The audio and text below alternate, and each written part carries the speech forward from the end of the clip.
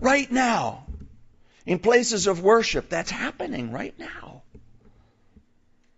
And God says to Job what he says to every one of us.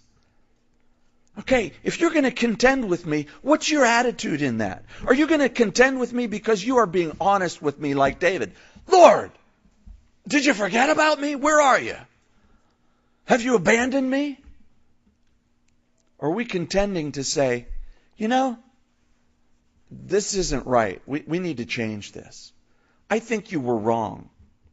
Job would never, the righteous man that he was, so much so that God brags about him, that righteous man would never say, God is wrong, in those words. But the natural conclusion of his challenging God's justice in the fact that, well, God only punishes the wicked, and I haven't done anything wicked, well, the natural conclusion is, well, then God's doing something wrong. And we need to be careful sometimes in our own life. Where are we going? Take what we say, take what we're thinking, taking what we hold in our hearts, and take it to its natural, logical conclusion, and see where you end up. Sometimes you would end up in a place you don't want to be at all. And we need to be corrected. And this is the measuring stick right here. This is it. This is it.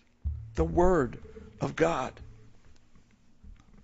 Job at this point shows his righteousness, his faith, and his understanding of God in what he says in verse 3.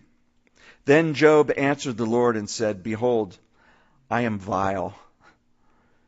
What shall I answer you? I lay my hand over my mouth. Once I've spoken, but I will not answer. Yes, twice, but I will proceed no further. I've said enough. I'm shutting up. I'm going to start listening now.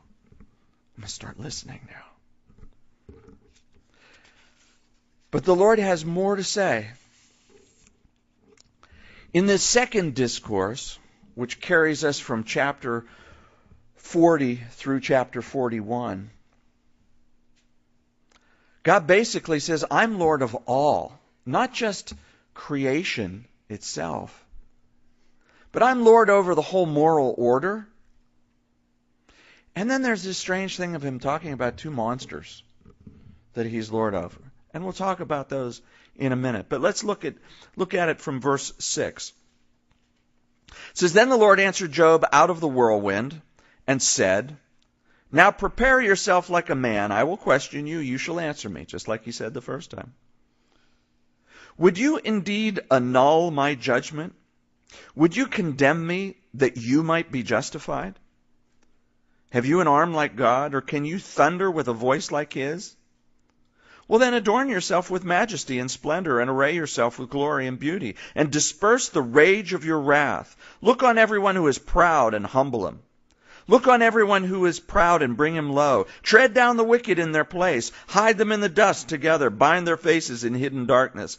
Then I will also confess to you that your own right hand can save you. He says, look, not only am I God of the things created, but I am the Lord of righteousness, and I am the eternal judge. And if you are like me, if you actually are in that place, again, take your thought process, Job, to its natural conclusion. He says, if you would condemn me so that you would be justified, if you would say, hey, I know this stuff, God, I'm right here. Okay, well then, that would make you God. Now clothe yourself in splendor and majesty and display your righteousness to the world and humble those who are wicked and take care of all this. I think Job's still got his hand over his mouth at this point, because he says nothing. And then, beginning in verse 15, he starts talking about this weird creature. He says, look now at the behemoth, which I made along with you. He eats grass like an ox. See now, his strength is in his hips, and his power is in his stomach muscles. He moves his tail like a cedar, The sinews of his thighs are tightly knit. His bones are like the beams of bronze. His ribs like bars of iron. He's the first of the ways of God.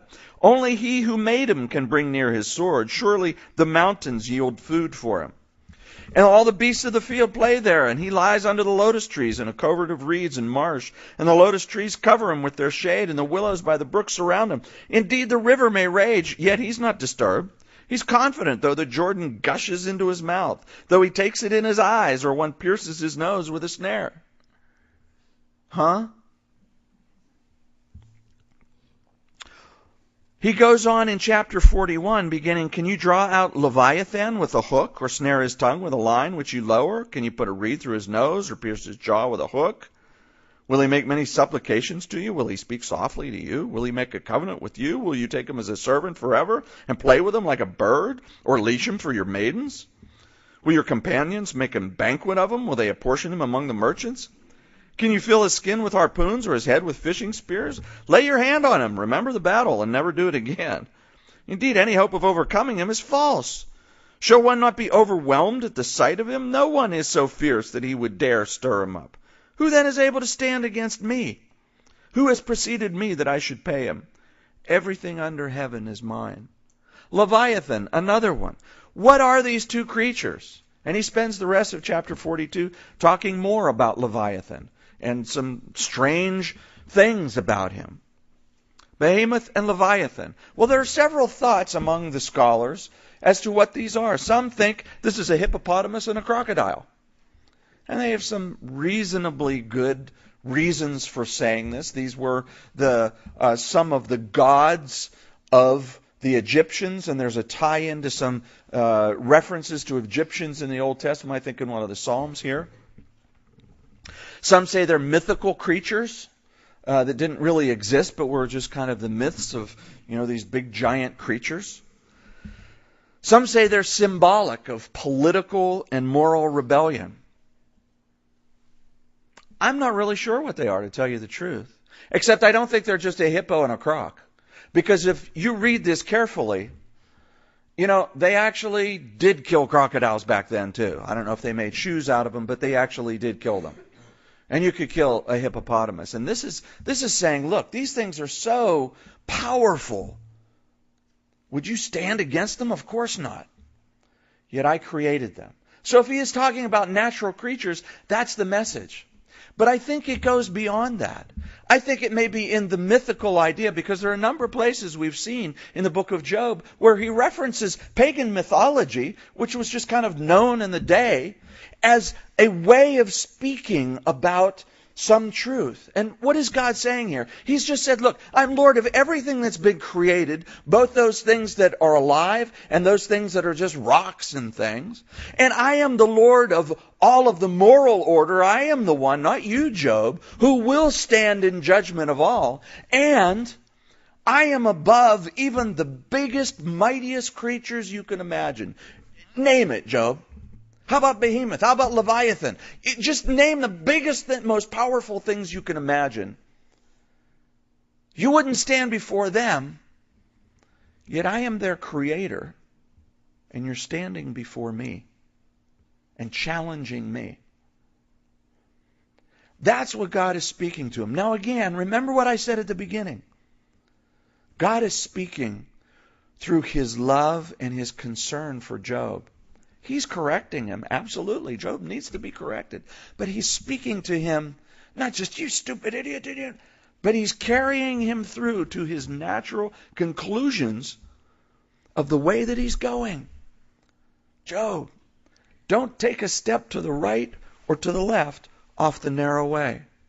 Because when you continue that way, you will find yourself very far from me. That's what God is saying to him.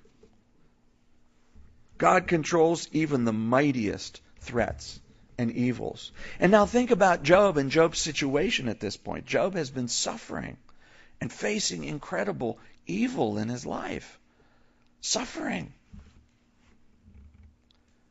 And God basically has just told him, I'm in charge of that too. I've got that covered. I've got everything covered.